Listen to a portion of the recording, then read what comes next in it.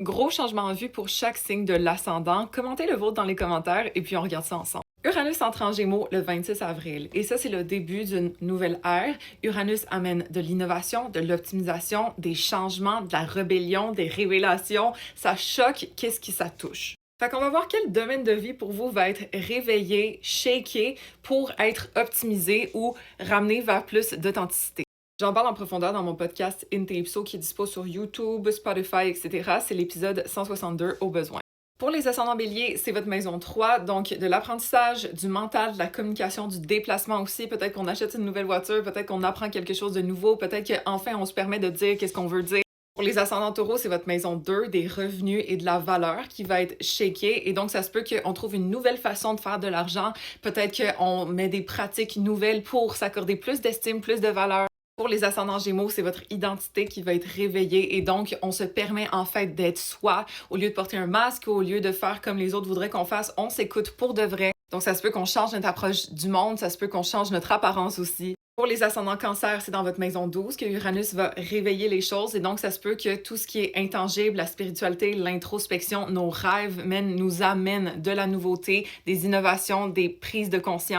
Qu'on essaie des nouvelles pratiques comme le Reiki, la manifestation, ce genre de choses, ou sinon qu'on crée un projet qui va être plus en mode gestation, ok, derrière les rideaux, et qu'ensuite, éventuellement, ça se révèle. Si on est ascendant Lion, c'est dans notre maison 11, donc ça se peut qu'on prenne un rôle différent dans une communauté, sur les réseaux sociaux peut-être, qu'on change notre groupe d'amis, ou qu'on se retrouve avec des gens qui nous ressemblent plus, qui sont plus authentiques. On ait des idées pour commencer des nouveaux projets long terme. On est ascendant Vierge, ça tombe dans notre maison 10 de la carrière. Et d'ailleurs, si vous avez votre milieu du ciel en Gémeaux aussi, ça s'applique. Donc, ça se peut qu'il y ait de la nouveauté au niveau professionnel, soit qu'on change de carrière complètement, soit qu'on optimise, on innove, on ajoute de la nouveauté dans notre domaine. Peut-être qu'on commence à écrire un livre, peut-être qu'on se part à notre compte, mais en gros, il y a de la nouveauté professionnelle pour vous. Pour les ascendants Balance, ça tombe dans votre maison 9 et donc c'est de l'ouverture d'esprit. Peut-être qu'on décide de partir dans un voyage qui nous shake things up et qui révolutionne notre vie. Peut-être qu'on décide de revenir à l'école, d'apprendre un nouveau sujet qui nous fascine, mais en gros, nouveauté au niveau de l'élargissement de l'esprit, de l'apprentissage des croyances, etc. Si on est ascendant Scorpion, Uranus tombe dans notre maison 8, donc ça se peut qu'on essaye des nouvelles pratiques d'introspection, d'aller grader nos bobos pour nous aider à nous libérer de ce qu'on traîne depuis longtemps. Sinon, ça se peut qu'il y ait des sommes d'argent qui viennent un peu de nulle part en mode investissement, en mode héritage, en mode succession, ce genre de choses.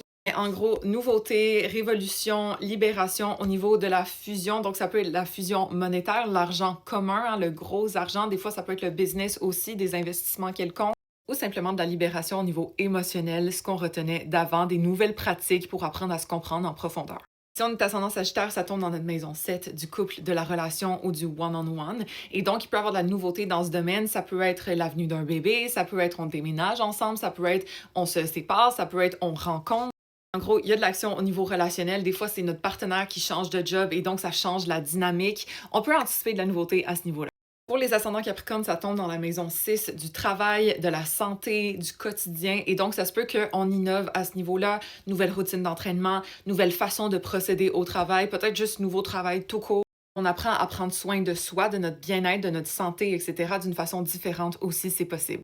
Ensuite, les ascendants Verseau, ça tombe dans leur maison 5. Et la maison 5, c'est la maison des créations. Donc, on peut innover à ce niveau-là, se lancer officiellement dans quelque chose qu'avant on redoutait, mais que là, on se dit pourquoi pas. Ça se peut qu'il y ait quelque chose par rapport aux enfants aussi, de la nouveauté. Donc, soit un changement par rapport aux enfants qu'on a déjà ou soit un nouveau bébé.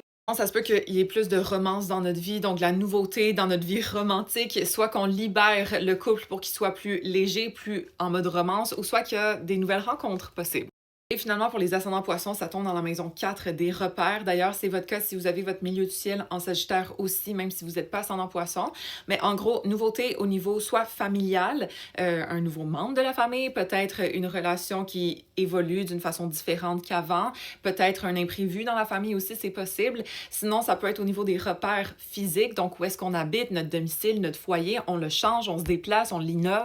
Ou simplement au niveau des repères émotionnels, on apprend à mieux prendre soin de soi, utiliser des nouvelles pratiques, sortir du lourd transgénérationnel peut-être qui nous pesait, puis apprendre à être son propre pilier. Laissez-moi savoir votre ascendant dans les commentaires et si ça vous parle ou pas. Évidemment, il y a des nuances, là, dépendamment de votre thème astral particulier. Et puis, follow pour plus d'astres.